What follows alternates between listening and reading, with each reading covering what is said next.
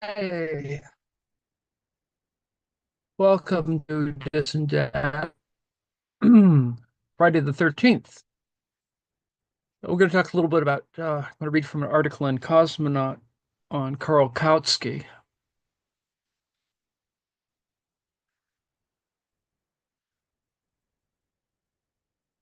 And it's to fill in some ways, some of the gaps that were left from our readings this past week of Lenin. Um, Needless to say, uh, Lenin doesn't have a good opinion of Kautsky as a social democrat, but Kautsky is really important, at least for the history of a variety of left activity.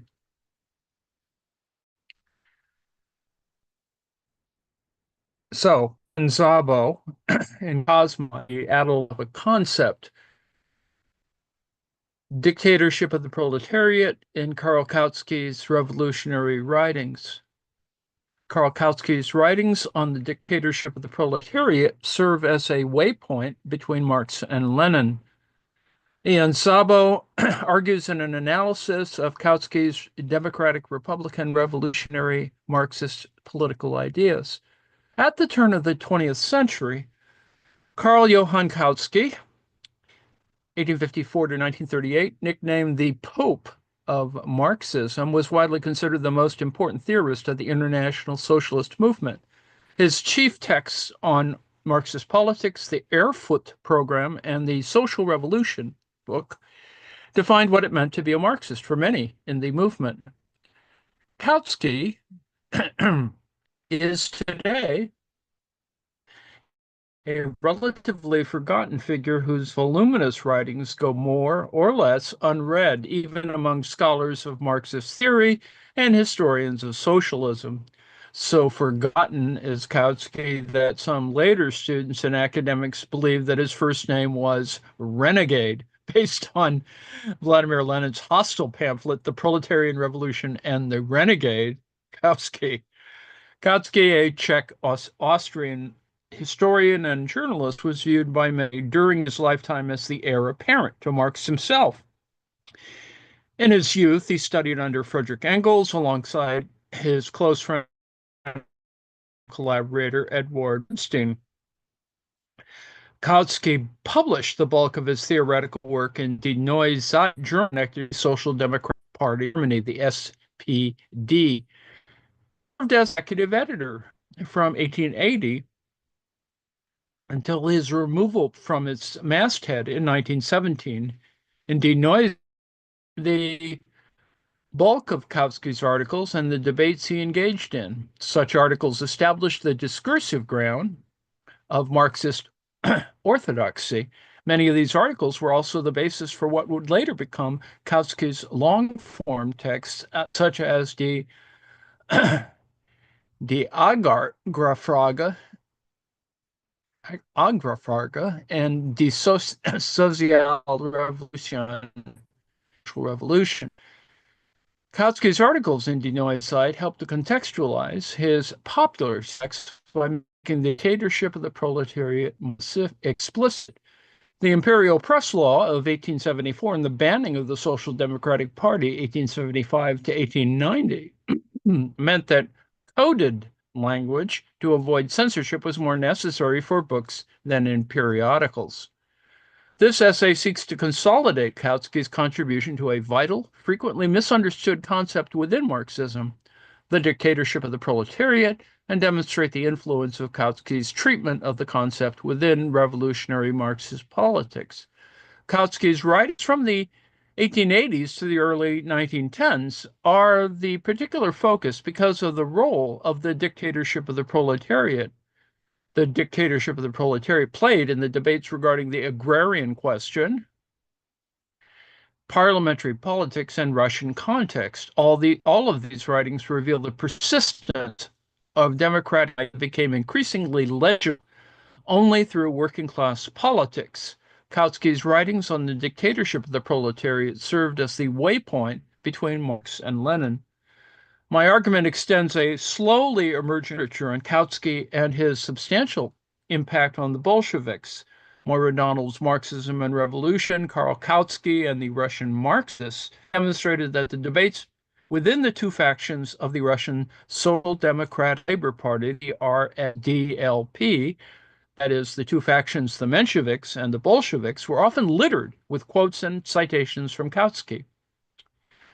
In 2008, Lars Lee published his groundbreaking Lenin Rediscovered to be Done in Context, which situated Lenin's writings as the Russian articulation of Erfurtianism.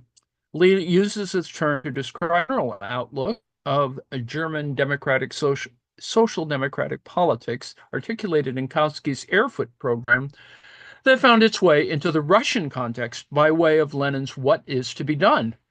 Accompanying these texts have been new translations into English of Kautsky's political writings contained in Richard Day and Daniel Guido's Witnesses to Permanent Revolution, the documentary record, and Ben Lewis's Karl Kautsky on Democracy and Republicanism. The former contains Kautsky's writings endorsing the Bolshevik faction of the RSDLP during the Russian Revolution of 1905. The latter contains debates cited by the Bolsheviks in their ideological and strategic battles with their rivals. This essay also seeks to show that what has been accepted as gospel is only misleading. Karl Korsch's Marxism and Philosophy sanctioned the reading of Kautsky as an exclusively positivistic, Darwinian, vulgar Marxist, whose writings contained, quote, not a whiff of the genuine materialism and revolutionary principles in Marxism, unquote. It is in these writings that we see the origin of Kautsky as a strawman figure for vulgar Marxism, later invoked by Walter Benjamin, Antonio Gramsci, Maurice Merleau-Ponty, and Louis Althusser. Joseph Stalin's short course in Marxism-Leninism is equally responsible for diminishing Kautsky. It argues that the Bolshevik Party, the founding party of the Third International, is a party of a new type, fundamentally different from the social democratic parties of the Second International. The whole history of the Bolsheviks as social democrats influenced by Kautsky was, as Stalin was wont to do, wholly erased. The flip side is scholarship regarding the dictatorship of the proletariat. Scant in its own right, the literature on the dictatorship of the proletariat has little to say regarding Kautsky's writing on this subject. One major work, Hal Draper's The Dictatorship of the Proletariat from Marx to Lenin, is almost entirely dismissive of Kautsky, presenting his use of the concept as little more than revolutionary window dressing for a reformist practice. John Ahrensberg's The Dictatorship of the Proletariat, Marxism's Theory of Socialist Democracy, all but ignores Kautsky altogether. The dictatorship of the proletariat is not a legible concept without proper attention to Kautsky's interventions. Effacing Kautsky's contribution to this topic results in the absurd notion that Karl Marx had developed his entire political outlook in perfect form and that Lenin was the only person able to divine it. By contextualizing the space between Marx and Lenin, we can instead see how the dictatorship of the proletariat developed over time and functioned in different contexts. Given the conceptual character of the dictatorship of the proletariat, however, it can be clarified also through other political categories intimately bound up with it. Next section, adjacent concepts, the program, intransigence, and the dictatorship of the proletariat. Throughout his pre-First World War writings, Kautsky presents the dictatorship of the proletariat as a form of political rule by the working class that mediates the transition from capitalism to socialism. Two adjacent concepts, the minimum-maximum program and the strategy of intransigence, help to clarify Kautsky's conception of the dictatorship of the proletariat. The first section of classical social democratic political programs, the minimum section, enumerated reforms that the party would campaign for when not in power. In the Erfurt program of 1891, written with Edward Bernstein, Kautsky provides precisely such an enumeration through its political demands. The forms of political freedom the party campaigned for were divided between civil rights and the democratization of state institutions. Civil rights took the form of universal suffrage alongside freedom of speech, press, association, and religion.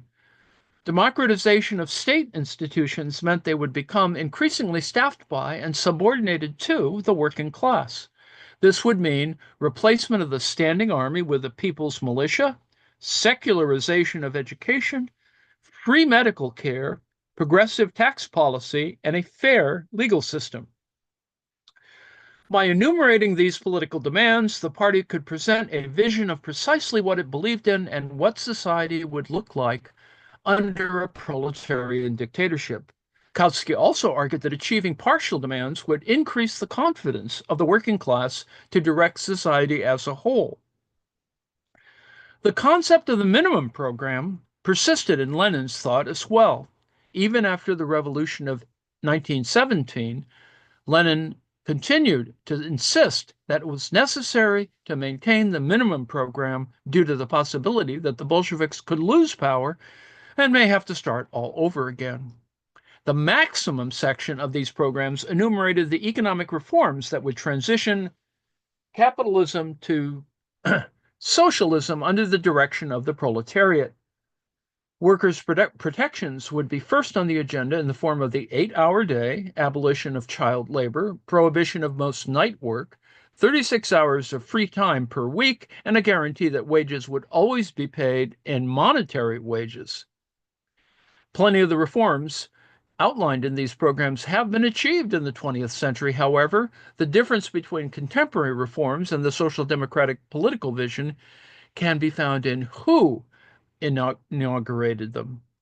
It is in posing the question of who is inaugurating such reforms that the importance of the dictatorship of the proletariat comes to the fore.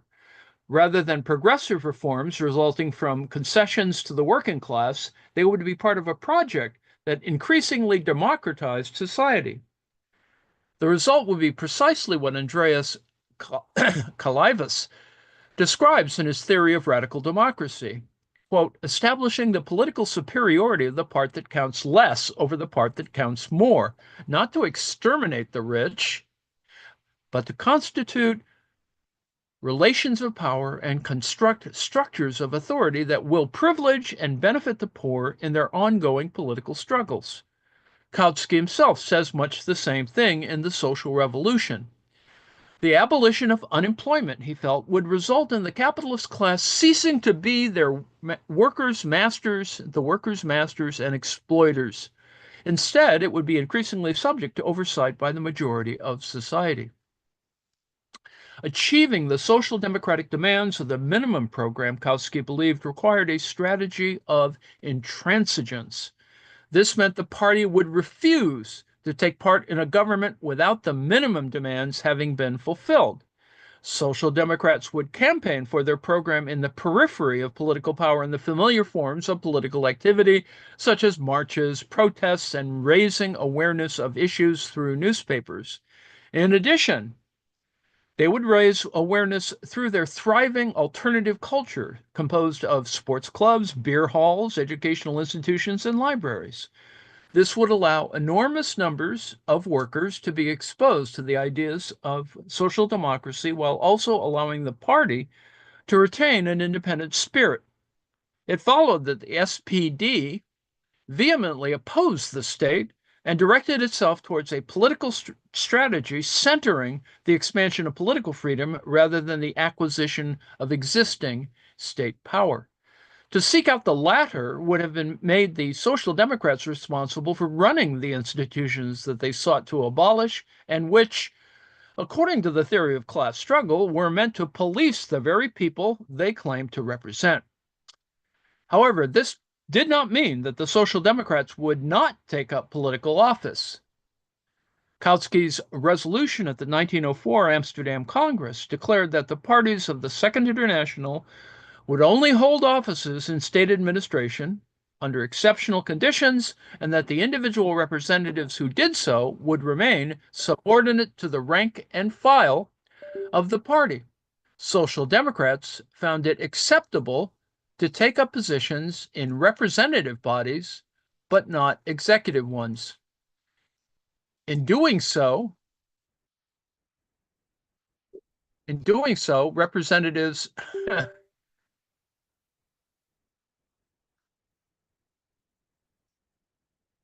representatives such as August Bebel and Wilhelm Liebknecht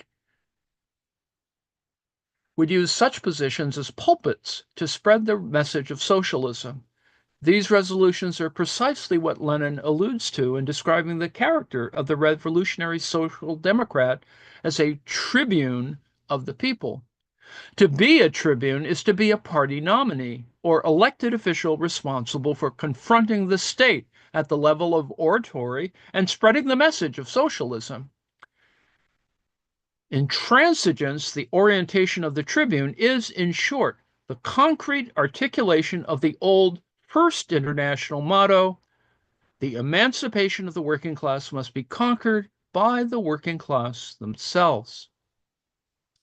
Marx, Engels, Kautsky, and Lenin all presumed that the dictatorship of the proletariat is an interstitial form of political rule.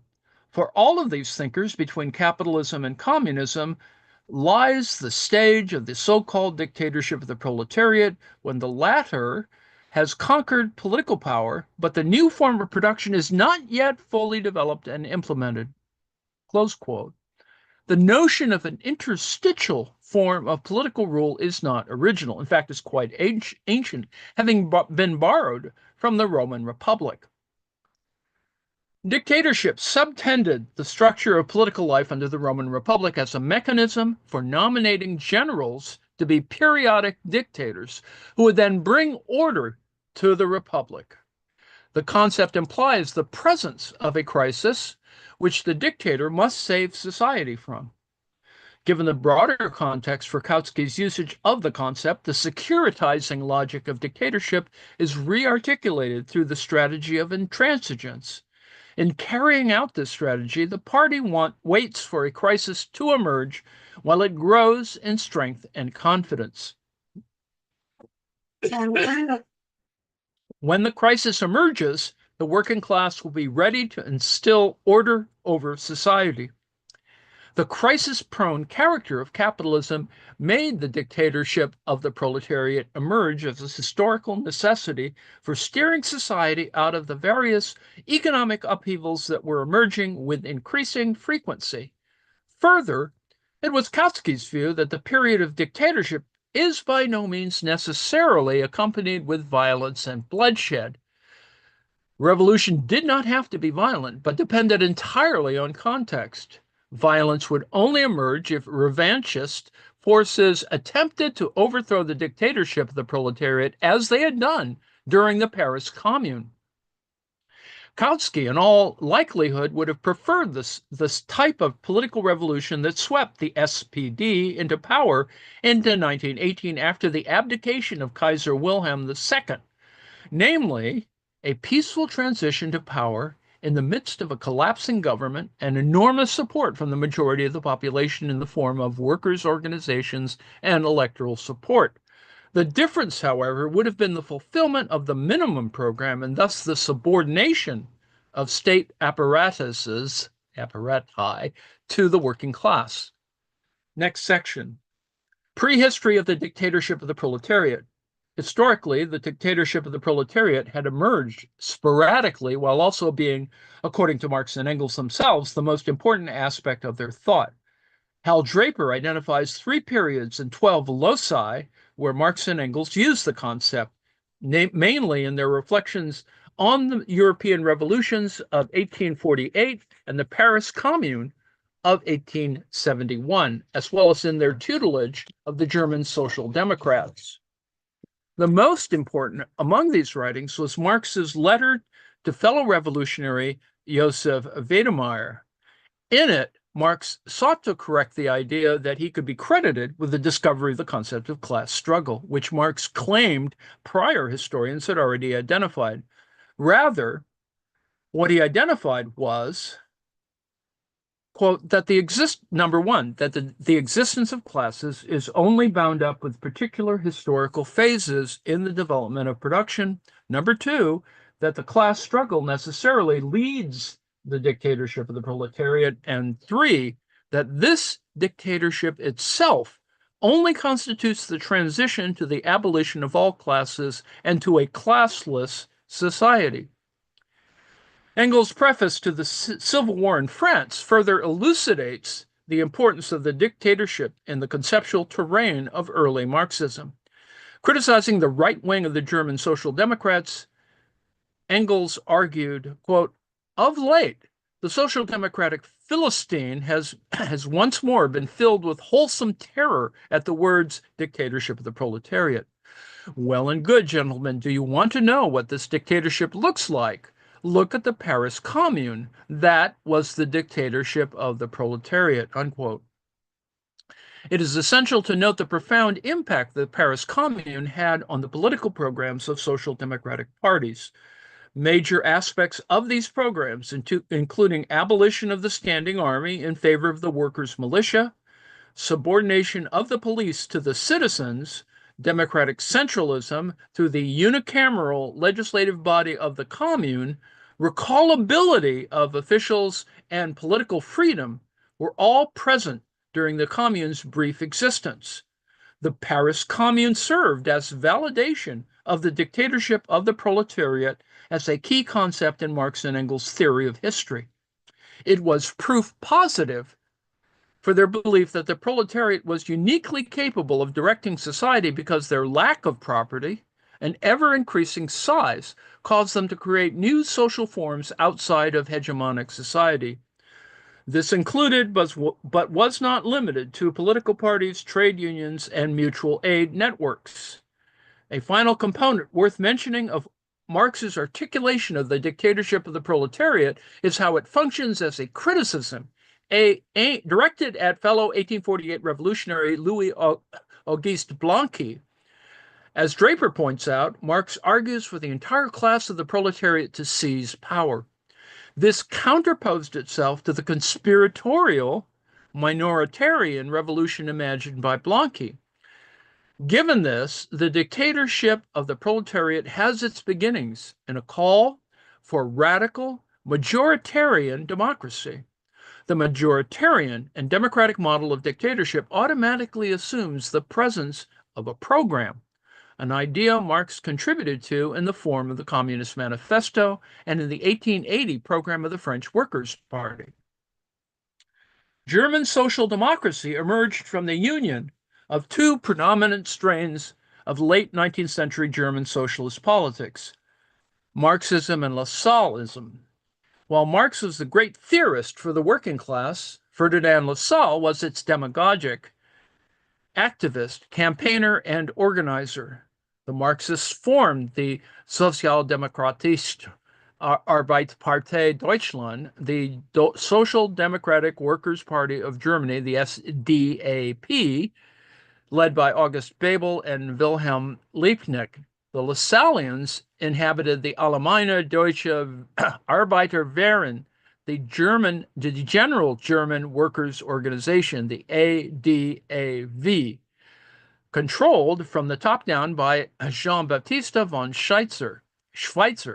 The Marxists called for, according to Gary Steenson, an executive committee elected by the rank-and-file membership with no control over the party press. The party press would instead become a forum for open debate and discussion rather than simply a propaganda mill. Meanwhile, the Lassallians thought to create a workers' organization that could act as a constituency to pass legislation to improve the existing Bismarckian state on behalf of the working class. On top of a disinterest in working class political independence, the ADAV did not unify around a political program, but instead the figure of von Schweitzer. In 1875, the SDAP and the ADAV unified into the German Social Democratic Party, the SPD, in Gotha, Germany. This resulted in the Gotha program, which Marx famously criticized in his Gotha critique, that is, the critique of the Gotha program, written in the same year, 1875. Despite Marx's criticism of the Gotha program, the unification of the two social democratic organizations was an enormous victory for the Marxist faction. Bebel and Liebknecht achieved their desired central committee structure, guaranteeing the party press would remain autonomous. Moreover, such reforms in the party meant that it would not be led by a cult of personality, but would, for the coming decades, be unified by its program. Further, despite the Gotha program's Lassallean tenor, it set the stage for the hegemony of Marxists not only in the party, but in the whole Second International. This new party structure would allow the free flow of arguments, permitting both majority and minority views to be voiced. However, it did mean that Kautsky was essentially barred from ever holding office in the party given his editorship of Die Neue Zeit. He nonetheless participated in the writing of political programs to which we now turn. In 1891, Kautsky wrote the text The Class Struggle as a supplemental text to the Erfurt program. It presented the ideological outlook of social democracy and was published with the program. It was, according to Lars Lee, the book one read to find out what it meant to be a social democrat. None other than a young Vladimir Lenin translated the text into Russian in 1894. Kautsky's strategic text discussed below, that is, parliamentarism and social democracy, as well as Karl Marx's critique of the Gotha program, were intimately connected to the text The Class Struggle. The critique of the Gotha program, while much older, had been hidden away, first by Engels and then by Bebel and Liebknecht. Marx's critique finally saw the light of day in the pages of Die Neue Zeit to provide authoritative backing to the text The Class Struggle in 1891. While parliamentarism and Marx's critique contain direct references to the dictatorship of the proletariat, the book The Class Struggle, pamphlet Class Struggle, does not. The absence of the dictatorship of the proletariat as a phrase in this text, The Class Struggle, did not mean its absence as a concept, but instead an analogous term. Engels himself was aware of this, stating in his critique of the draft program that Kautsky and Bernstein could still call for the concentration of all political power in the hands of the people's representatives. Instead of explicitly referring to the dictatorship of the proletariat, Kautsky uses the language of democratic republicanism. This reveals the degree to which socialist thought during the late 19th century saw itself as the continuation of older radical traditions. The language of republicanism and its understanding of power relations is most explicit in the fifth section of the Commonwealth of the Future, the chapter of the Erfurt program focused on state socialism and social democracy. Here, Kautsky argues that the nationalization of industry is not automatically socialism, as any act of doing so still presupposes the nationalizing of industries will not go further than the interests of the ruling classes demanded. This is counterposed to the dictatorship of the proletariat, which is clearly alluded to when he uses the term cooperative commonwealth. The clearest example is this passage, quote, "The state will not cease to be a capitalist institution until the proletariat, the working class, has become the ruling class. Not until then will it become possible to turn it into the cooperative commonwealth." Close quote.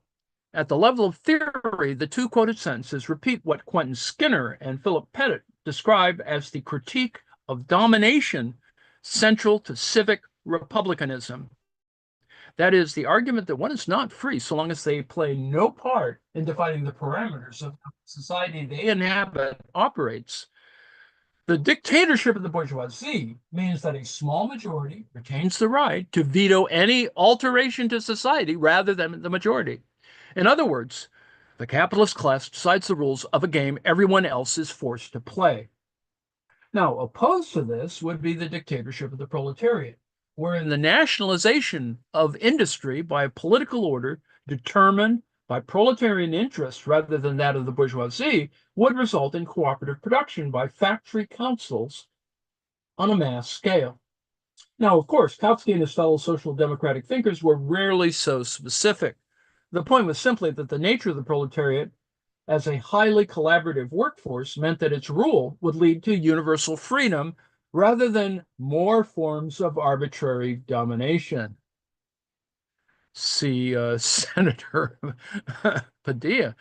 A more explicitly Republican document from the same period as the Airfoot program, and which has only been recently excavated by Lars Lee and translated by Ben Lewis, is Kautsky's article, Parliamentarism and Social Democracy, published in Die Neue Zeit soon after the Airfoot program.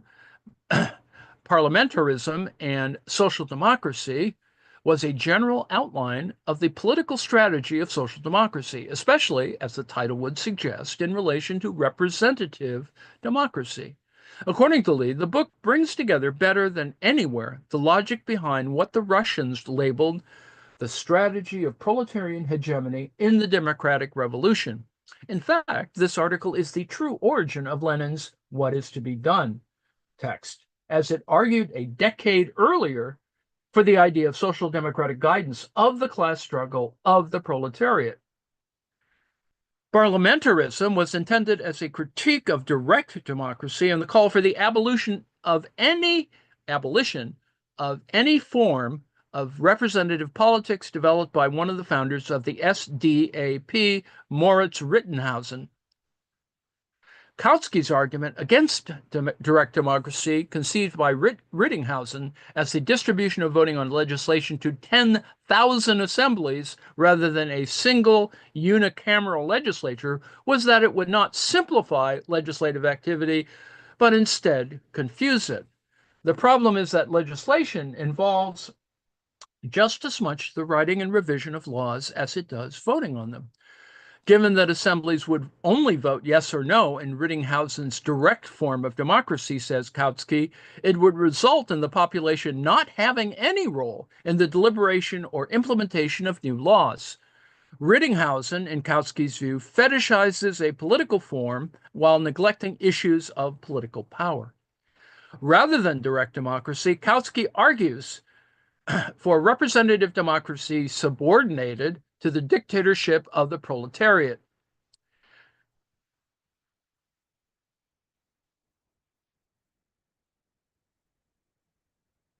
Kautsky states explicitly that a real parliamentary regime can be just as well an instrument for the dictatorship of the proletariat as it is an instrument for the dictatorship of the bourgeoisie. The social class that held veto power over the organization of political institutions determined the character of the state. Such political institutions were therefore not neutral, but rather contested ground among various classes. Lenin repeated the logic of Kautsky's argument in his own writings on the dictatorship of the proletariat, stating, quote, "The state is only a weapon," note similar to the word instrument, "of the proletariat in its class struggle," close quote.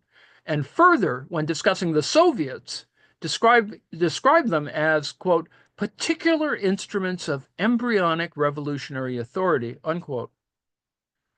Although Lenin's later criticisms of Kautsky in his text, The State and Revolution, are scathing, it is worth noting, to echo Lee, that there is no reason why Soviet democracy should be counterposed to what Kautsky described as representative democracy, given that they were councils of elected deputies from the various political parties composed of workers, soldiers, sailors, and peasants. The last of those groups mentioned, the peasantry, was an extremely important subject in both Germany and Russia. We therefore turn to what is known as the agrarian debates in the history of social democracy. Next section, the agrarian debate. At the end of the 19th and the beginning of the 20th century, the vast majority of Central Europe was predominantly rural, but undergoing seismic shifts in class composition.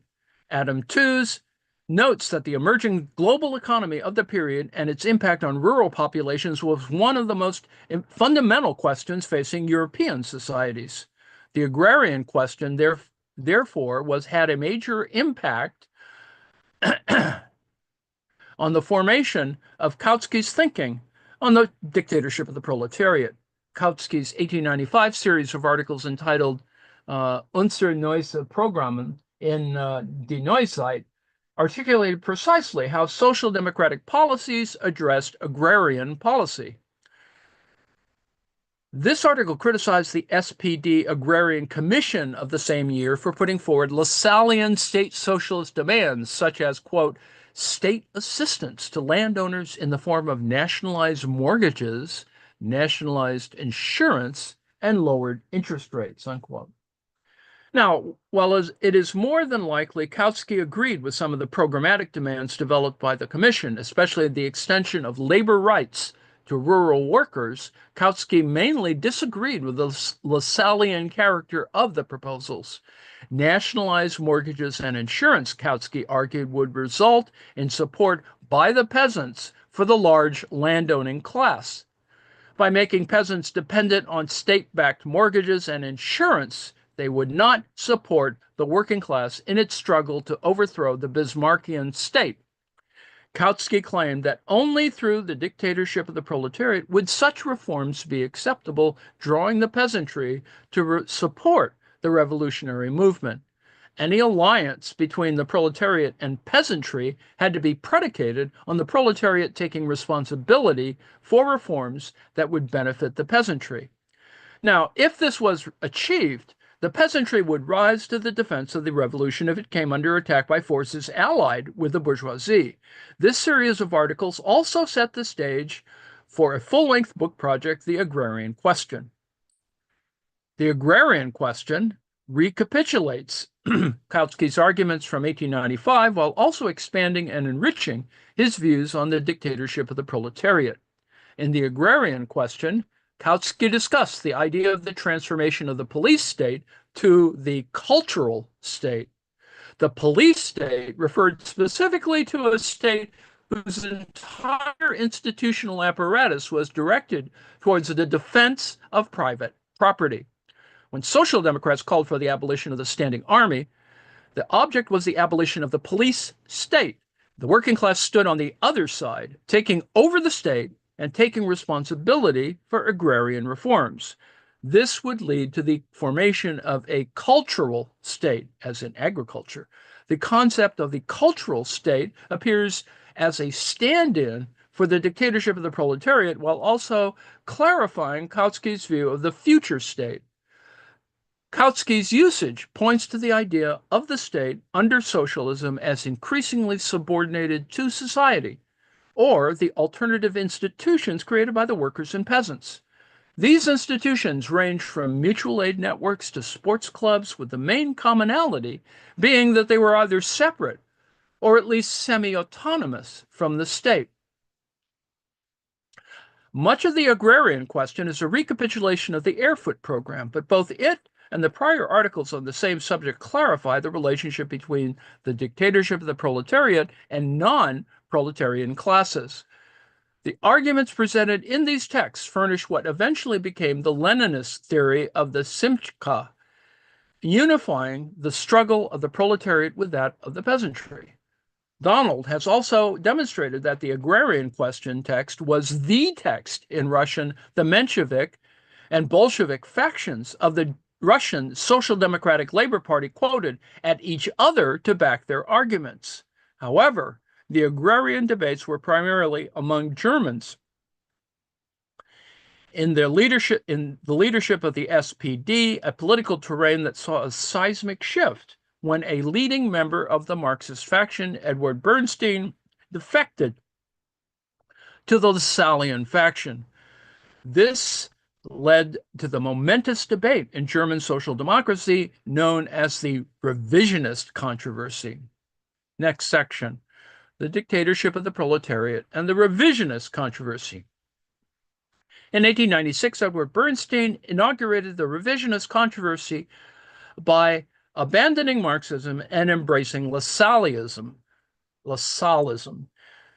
Bernstein had studied along Kautsky under Engels, and the two were extremely close co-thinkers. However, as H. and J. M. Tudor describe, Bernstein's political engagements became increasingly academic and politically disengaged, moving more towards the conservatism of the German neo-Kantian turn and the gradualist politics of English Fabianism. Bernstein's abandonment of Marxism was tied primarily to the need to perpetuate the existence of the party rather than direct it towards social revolution. The goal is nothing, the movement is everything became the motto of Bernstein's followers. Social Democrats should therefore collaborate with whichever forces in society that would allow them to gain political victories. It is in this context that the idea of intransigence and its relation to the dictatorship of the proletariat was further extended in Kautsky's writings. An important article within the revisionist controversy was Kautsky's text, The Republic and Social Democracy in France.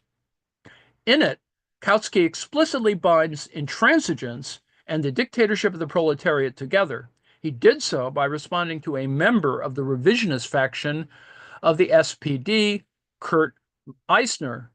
Eisner urged the Second International to fight for a republic so as to alleviate the evil of class contradiction by appealing to an indeterminate faction of the bourgeoisie.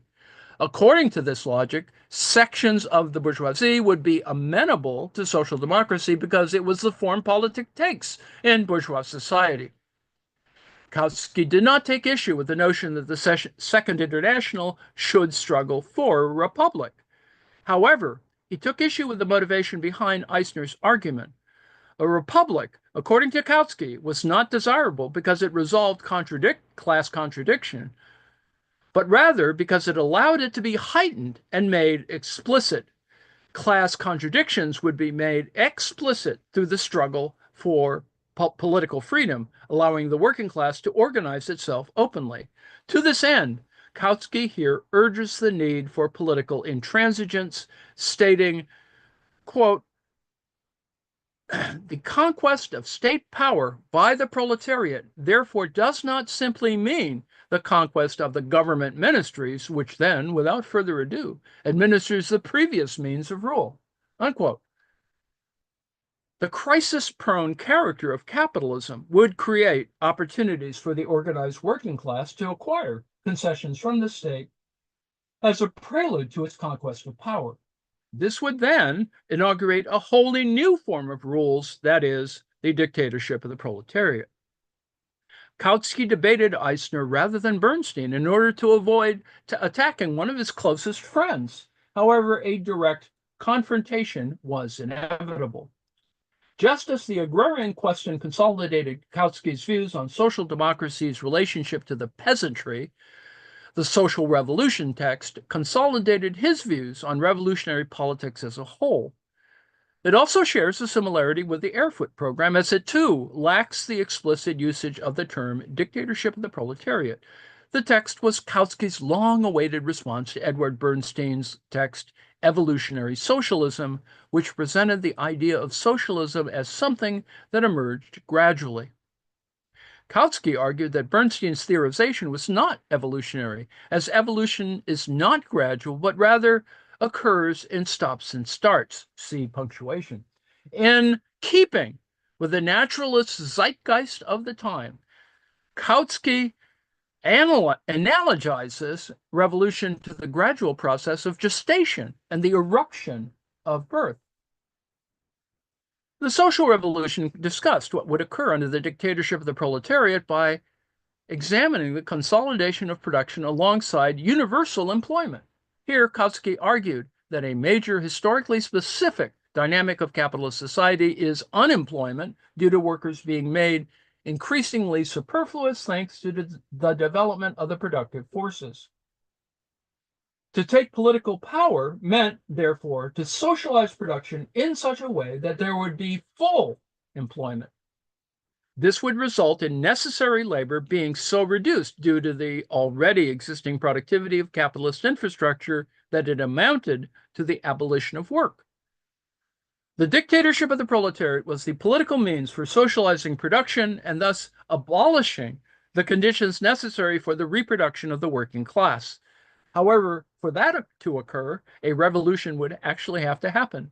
In Russia in 1905, Kautsky's ideas would finally be applied in a revolutionary context, resulting in major changes to his thinking. Next section, Kautsky on the Russian Revolution of 1905. Although socialist politics had existed in Russia since the end of the 19th century, articulated by figures such as Alexander Herzen, Mikhail Bakunin, and Peter Kropotkin, and practiced in the form of narodnik and anarchist politics, social democracy was in its infancy up until the Revolution of 1905. The revolution itself was precipitated by the social forces that drove the popularity of the Narodniks and anarchists. Increasingly organized agrarian movements were dissatisfied with the medieval legal structures keeping them bound to the land. Unionization among the nascent urban working class was made illegal. Worse still, unemployed and disillusioned soldiers had returned from the disastrous Russo-Japanese War of 1904 to 1905. Finally, Russia had, since the beginning of the 19th century, seen the rise of a restless and highly educated intelligentsia, which had never been reliable supporters of the Romanov dynasty. In this context, figures such as Vera Lasulik, Georgy Plekhanov, Alexander Bogdanov, Leon Trotsky, and Vladimir Lenin would emerge as the leading figures of Russian social democracy. Moreover, all of these thinkers imported the Marxist political strategy formulated by Kautsky into Russia, such as the struggle for political freedom. Moreover, the features familiar to anyone from the 1917 revolution will find nascent forms in 1905. Large agrarian political parties, revolutionary social democrats, and Soviet workers' councils are just some of those features. Kautsky's response to 1905, however, differed heavily from his response to the 1917 revolution. Given Kautsky's later condemnation of Bolshevik revolution, one would never have expected to find writings of his that outline the revolutionary strategy enacted a decade earlier. However, it is in his writings on Russia that Kautsky does precisely that. In terms of taking power, Kautsky here argued that it is very possible that in the course of the revolution, victory will fall to the Russian Social Democratic Labor Party, the RSDLP. The party apparatus which represents the working class may have to take power rather than the working class itself in Russia, because the working class was simply too small compared to Russia's enormous peasant population. This was a major addendum to the concept of the dictatorship of the proletariat. Rather than the dictatorship of the proletariat being a dictatorship articulated through a commune state composed of a plurality of workers' organizations such as Paris in 1870, this would be a dictatorship articulated through a single political party. This likely appeared as a legible idea to Kautsky and his Russian followers because the SPD had become itself hegemonic in Germany. Though single-party rule was neither the goal nor what initially happened in 1917, it does explain why such an eventuality was acceptable in the Russian context. When such a possibility occurred, however, Kautsky condemned it. Bolsheviks responded by pointing out that they owed their entire political outlook to Kautsky. In his 1924 Paths to the Russian Revolution text, Karl Radek described Kautsky as solidly with the Bolsheviks from 1905 to 1907. Kautsky claimed that he sided with the Menshevik argument that Russia required a bourgeois revolution prior to a proletarian revolution. Radek quoted Kautsky's own arguments at Kautsky to dispel such an argument. By identifying a continuity from the 1905 to the 1917 revolution, Radek presents the view that it was Kautsky that broke with his own thought rather than the Bolsheviks breaking from Kautsky. An interesting conclusion. And now the conclusion section. After the revolution of 1917 and the rise of Weimar Germany, the revolutionary characteristics of Kautsky's thought rapidly began to disappear. He tangled with Lenin and Leon Trotsky in his condemnation of the October Revolution, something that he would continue to do until his death in 1938. The measures that the Bolsheviks took to cement their power, especially the violence they committed, were too much for Kautsky to stomach. Kautsky had long opposed violence because he viewed it as the strategy of bourgeois revolution, as had been the case in the French Revolution. More importantly, Kautsky's rejection of the Bolshevik Revolution was due to his own ability to find relevance in a world fractured by the First World War. In the 1920 preface to the Road to Power text, he argues explicitly that it would be acceptable to enter into coalition with bourgeois democratic forces if the Social Democratic Party were sufficiently organized. In essence, this meant that the strategy of intransigence was abandoned. Doing so would automatically mean that the Marxist minimum maximum program, especially the dictatorship of the proletariat, were abandoned as well. It is as if the structural integrity of Kautsky's thought had begun to disintegrate. Few comments made Kautsky's turn towards revisionism clearer than the transition found in his language on what constituted the light and air of the working class. Political freedom was substituted with unity. It may have taken 2 decades, but Kautsky had come to adopt Bernstein's language of the movement being everything, the goal being nothing. Liked it? Take a second to support Cosmonaut on so I am at the end of the text, and I hope this gave you a little sense of the kind of what is described in a variety of biographers as Kautsky's sort of inner turmoil, in some ways driven by personal feelings, in some ways, his relation to Bernstein, for example. But others had issues with Bernstein, needless to say, as you can see in both texts by, well, all kinds of texts, people in the Frankfurt School and I think Luxembourg and etc., besides Lenin. So that's to sort of place Kautsky as a intermediate sort of figure in all of this, but in one sense, very important because he does indicate the kind of tension between social democratic arguments that are, in fact, revisionist and ultimately trying to get to some sort of transitional thing. And we can see, at least in English, the discomfort that people have with a dictatorship of the proletariat. The important point is that it's not so much about the dictatorship, but that it represents the proletariat. And yes, it's a problematic figure and problematic for all kinds of reasons and still arguable points. Let's see if there's any comments.